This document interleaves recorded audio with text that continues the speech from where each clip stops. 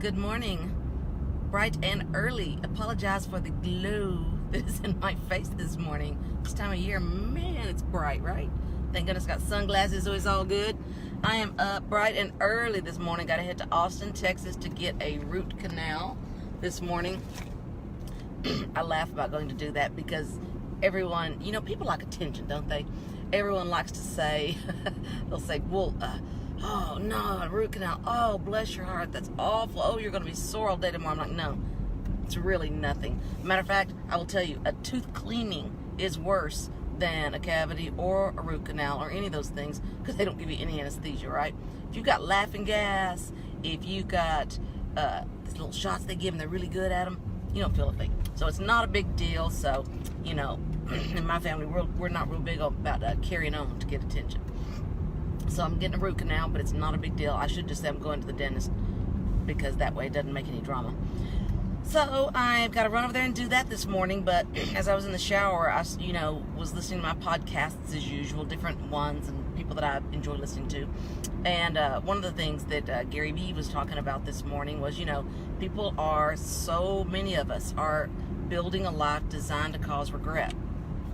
And he said, he always talks about, it's not, he goes, I don't care if you make a lot of money or if you're an entrepreneur. I just care about that you're happy. I just care that you live the life that you're meant to live, that you want to live. And that when you look back at 70, 80, 90, maybe 100 and more of these, by the time the 20 and 30 years of today grow up and grow into that, because let's face it, our health and longevity is increasing madly as we speak. You don't want to look back. He says, people rarely talk about what they did on their deathbed, and as they're older, they talk about what they didn't do, the chance they didn't take. So I want each of us to just live a very intentional life of thinking, what can you do today to change that course if you are living a safe life? And don't get me wrong, a safe life is great if that's what makes you happy. If you're going to look back and think, man, that allowed me to spend the time I wanted with my kids, with my family. I had the security that, even if it's a sense of security, everything is just a false sense of security, the way I look at it. Because people always say, oh, if you're an entrepreneur, you're risking going out of business or going broke. And if you're an employee, you risk losing your job, being laid off, being phased out. So everything in life's a risk, but we all have certain levels of risk that we're able to manage. So talking to one of our sweet 5 kids yesterday, and this one particular kid is dealing with issues of school, how much school, should I keep doing school, and it's a hard challenge. And my advice to this particular offspring is simply stop worrying about what anyone else thinks. Stop worrying about what I think, about what any of your parents think, or your parents, in-laws, aunts, uncles, grandparents, anyone in your family that's telling you what you need to do with your life, and get real with it and make the hard choice to stand up to people now, or spend your life pleasing other people.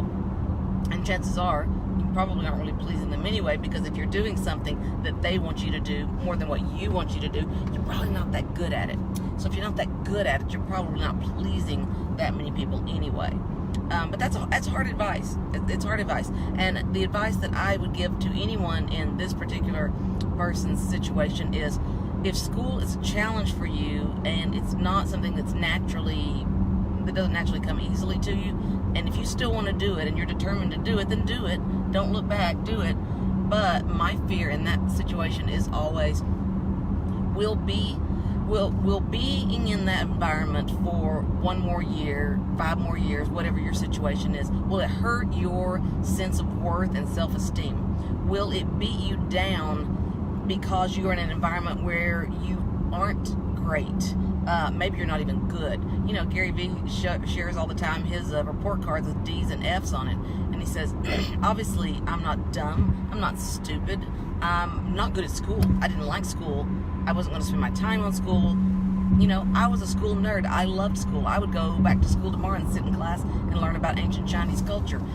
But that doesn't make me more talented or smarter than someone who's not good at that. So my fear is, if you're not good at that, you better have a big old self-awareness, self-esteem bone, or that could do some mental toll on you. By the time you're done with it, you're beaten down just to think that you don't quite have what it takes, which is not true almost ever. You just don't have what it takes to do that. You have what it takes to do what you're meant to do. And so my thought is, the sooner you get to doing that, the sooner you get a little wind under your wings. You get a little pep in your step because you have an opportunity to have some success. So if that's the situation you're in, I don't want you to regret not going if you know that that's going to be something that'll haunt you, but I don't want you to stay in a situation where it's going to just beat you down, be it a job, be it school, if that's not what you're really good at. So you got to have a lot of self-esteem going in. Quickly, I want to talk about, before I run out of cell signal since I'm going toward Austin, I want to talk a little bit about, not really about feminism, that's kind of a teaser, I guess, but I am very, very honored that I have been asked by the Nimitz Foundation to speak at their annual leadership conference in April. I'll give you more details when I have them. And I'll be speaking ahead of a noted general. I believe the last name is Kolditz. I don't want to pronounce it wrong. I'll get you more information on him as well. Super excited for this opportunity. April 26th. I'll be having a 45-minute session to kick off the program, and then a 15-minute Q&A. Then the general will speak, and after that, I will join the general on stage, my understanding, with General Hagee of Fredericksburg, our favorite son we're very proud of, who was Commandant of the United States Marine Corps, no small feat, and is also head of the Nimitz Foundation locally. So I'm super proud of this opportunity, not only because I love to speak, I love the topic of leadership, but most importantly to me is it's a great honor that I am the first female ever who has been asked to speak at this event. So that's huge. It's a huge deal for me, for womankind, and I'm very proud to go carry the torch. When I say feminism, it's because, it's a topic for so many people, and for me, it really just never has been. And by saying this, I don't say it to take away from anyone who's had negative experiences, because I know they're out there. It's just, to this day, they still surprise me, because it never occurs to me that anyone will treat me differently in a bad way because I'm a female, or that I won't have opportunities because I've always assumed that I was on everyone else's level, which I don't know. I'm 51, so maybe I'm on the cusp of when, maybe if you're 10 years older than me, you dealt with more of it. Maybe if you're 10 or 20 years younger, you dealt with more of it again. I don't know. I could have come up just in that weird little time slot when, the women's movement had already taken hold, and yet we hadn't gotten into this new era of problems. I've been very fortunate that I really was one of the people who I couldn't do a Me Too post because I don't feel I've ever been sexually harassed. And again, I don't say that to take away from anyone who has. I can't imagine what that must be like. But I've not been harassed to a degree where I would have noticed it. So it's certainly nothing like what you read on the news and see people telling their horror stories. If I've been harassed, I was oblivious to it. And I must assume it's because I was doing a bad job at the moment and not because I was a female. So I'm curious to hear how where you guys stand on that, and if you've ever felt that way. Like, is it just me? And so I don't want to put it up that having good self-esteem makes you not able to be a victim, because there's clearly some people who have just had horrible experiences, and some of them, yes, would say, if they had felt more empowered, had more self-esteem at the time, they could have stood up to some things. But that's not the case for everyone. For some people, you just can't avoid it. But I consider myself very fortunate, and the funny thing is, when I'm asked to speak at something and someone says I'm the first female, it almost just kind of takes me back, because I don't think of myself in that term. I think we're all the same when it comes to that. And it sounds rather evolved and liberal of me, I guess, but it's just the truth, because I've always known I was as smart as men, smarter than most men. And no offense to men, it's just the average, is just the way it is. But that's okay. That doesn't mean I'm better at everything, because I most certainly am not. There's a lot of things I can't do worth a darn. So that's something I wanted to share, that I'm super excited about the opportunity, and I'll be putting together that presentation over the coming days. That'll be April 26th, and I will come up with some more information about that and in what formats we'll be able to share.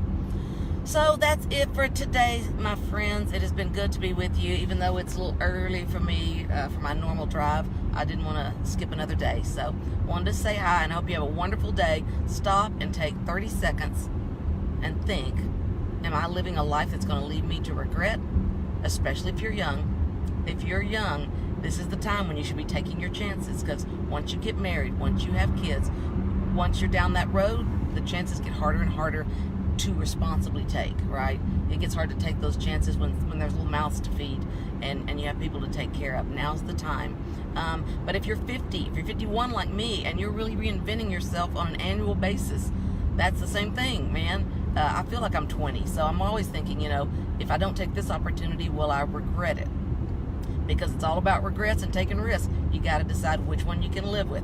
Every decision you make has a risk, okay? Because the risk is either I've got to take this choice, this job, this action, this course, whatever it is.